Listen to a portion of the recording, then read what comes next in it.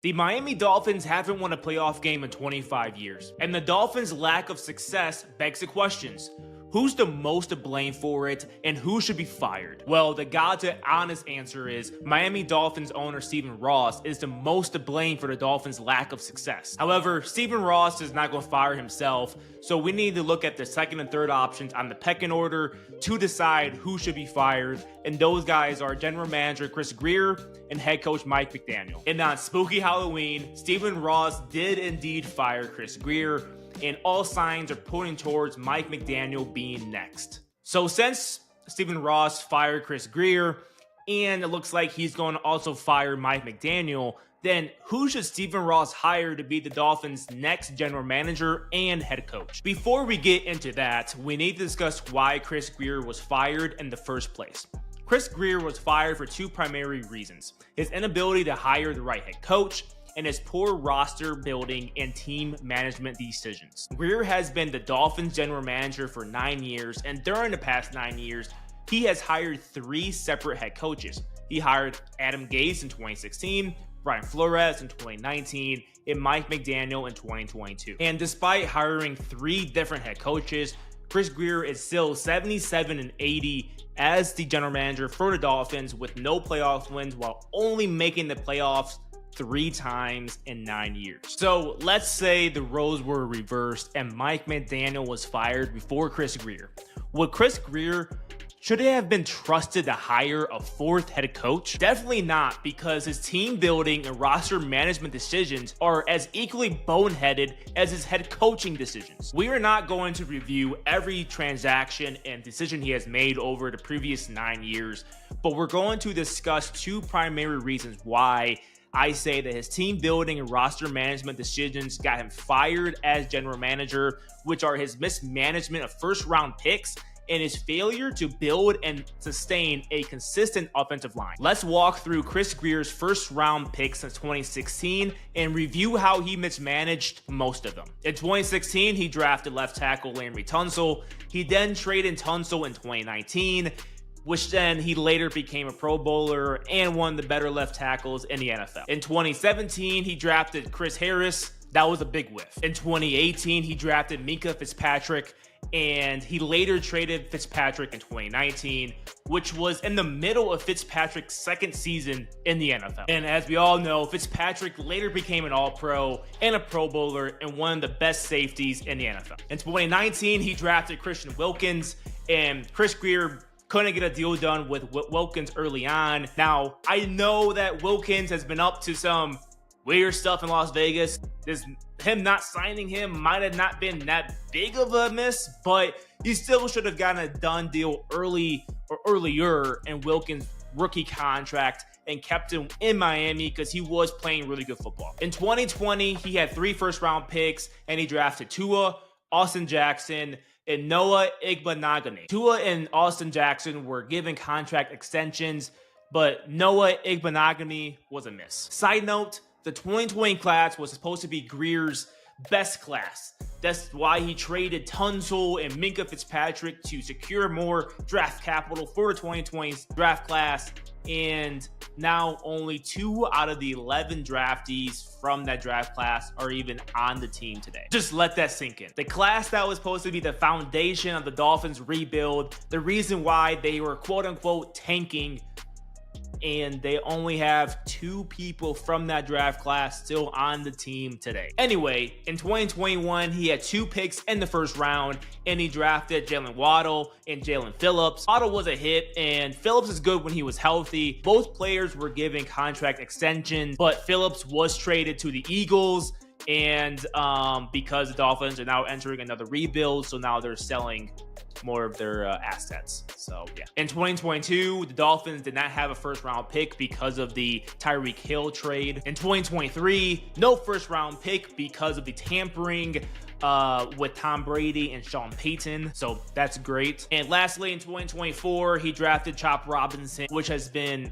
a solid pick thus far. And in 2025, Grier, of course, drafted Kenneth Grant, but it's too early to say anything about Grant. So to recap, only 4 of the 9 first-round picks which Chris Grier drafted between the years 2016 and 2021 received contract extensions. That's a 44% hit rate. And in the process, he traded away premium talent like Laremy Tunsil and Minkah Fitzpatrick. And I know Fitzpatrick is back with the Dolphins now, but the point I'm trying to make is he should have never been traded away in the first place. And if you do trade a player like that, you don't trade him during the middle of his second season. I can't express how illogical that this decision is. You're getting a negative ROI on that player. You're getting a negative ROI on that pick. You don't just trade away first round picks during the middle of that player's second season. I just never heard of that before. And I honestly have forgotten that Chris Grier did that until I did research for this video. And given the woes that the Dolphins have had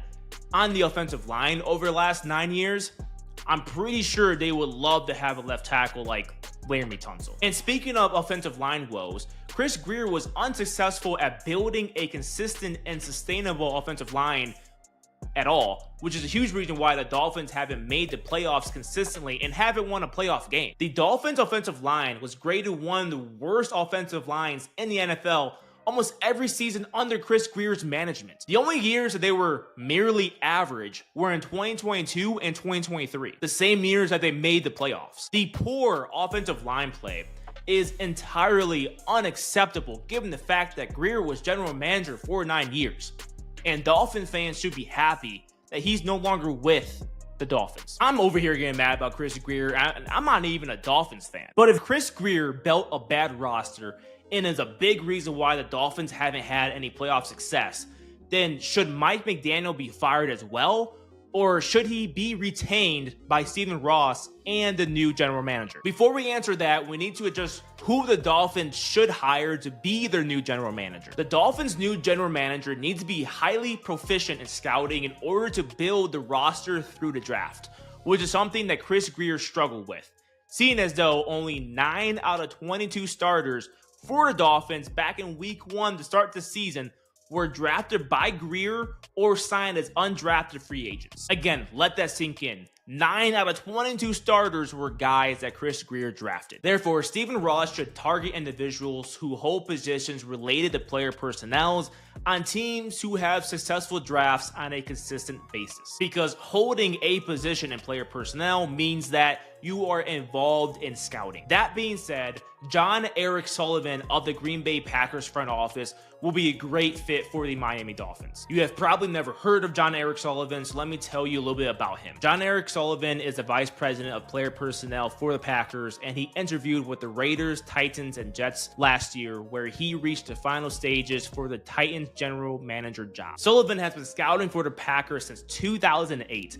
and he started as the college scout covering the Great Plains from 2008 to 2011 and the Southeast region from 2012 to 2015. In 2016, he climbed the ranks with the scouting department and was promoted to director of college scouting, and he held that position through 2017. Then in 2018, he was promoted again to co-director of player personnel, and lastly, he was promoted to vice president of player personnel in 2022. Therefore, he is the top scout behind the Packers general manager, and he has served as a right-hand man for the Packers general manager for the last few years, which is a ringing endorsement for Sullivan because the Packers have been historically great at building through the NFL draft. So with the new general manager in place, should Stephen Ross and Jon-Eric Sullivan fire Mike McDaniel and bring in a new head coach to coach the Miami Dolphins? The answer is yes. Mike McDaniel should be fired, even though all the Dolphins' pitfalls are not his fault. He should be fired because of the situation the Dolphins are in right now,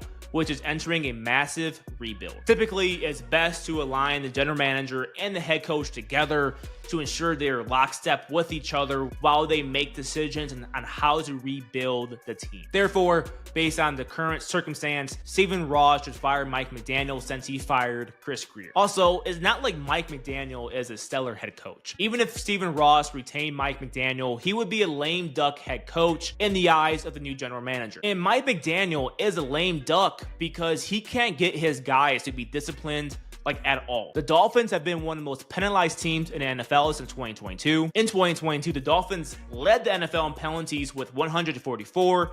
In 2023, the Dolphins were 11th in penalties with 127, and in 2024, the Dolphins were 10th in the most penalties with 142. Therefore, the self-inflicting wounds and the subpar offensive line play are huge reasons why Mike McDaniel has a 500 record as head coach for the Dolphins. And if McDaniel was to be retained by the new general manager, then the new general manager might place unrealistic expectations onto Mike McDaniel, and he could essentially place McDaniel on the hot seat if the team didn't start off hot in 2026. I think we can all agree that McDaniel will land on his feet and find a job as a offensive coordinator because that's his strength. He's good at calling plays, but his time as the Dolphins head coach should be over by the end of this season. All in all, it would be in the franchise's best interest to reset at both general manager and head coach. So if Mike McDaniel does get fired, does that mean the Dolphins should move on from Tua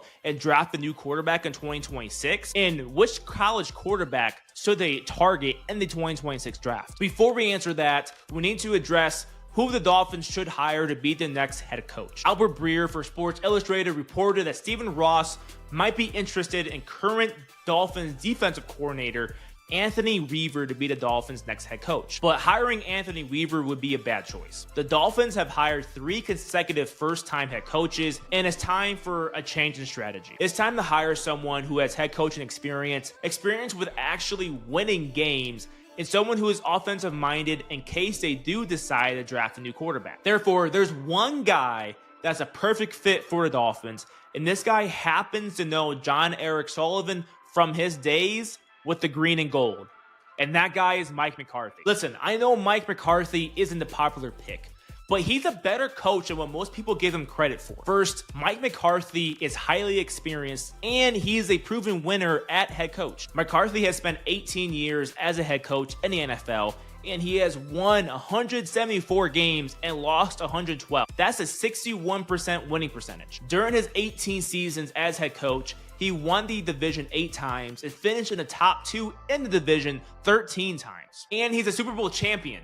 That definitely does not hurt. Secondly, he's offensive minded, which is a nice to have in the highly offensive-centric era of the NFL that we are in right now. During his time as head coach, McCarthy put together 12 top 10 scoring offenses, 9 of which were top 5. He also fielded successful total offenses, with 11 finishing inside the top 10 and 5 finished within the top 5. He even led 12 top 10 passing offenses, with 5 finishing within the top 5. Lastly, Mike McCarthy has coached in the NFL for a total of 31 years. So he has worked with a lot of quarterbacks, both young guys and veteran guys, over the last 3 decades. To give you more context, he's worked with quarterbacks such as Joe Montana, Rich Gannon, Alex Smith, Brett Favre, Aaron Rodgers, and Dak Prescott. There are some really good quarterbacks on that list, which is important because it shows that he'll be able to develop a young quarterback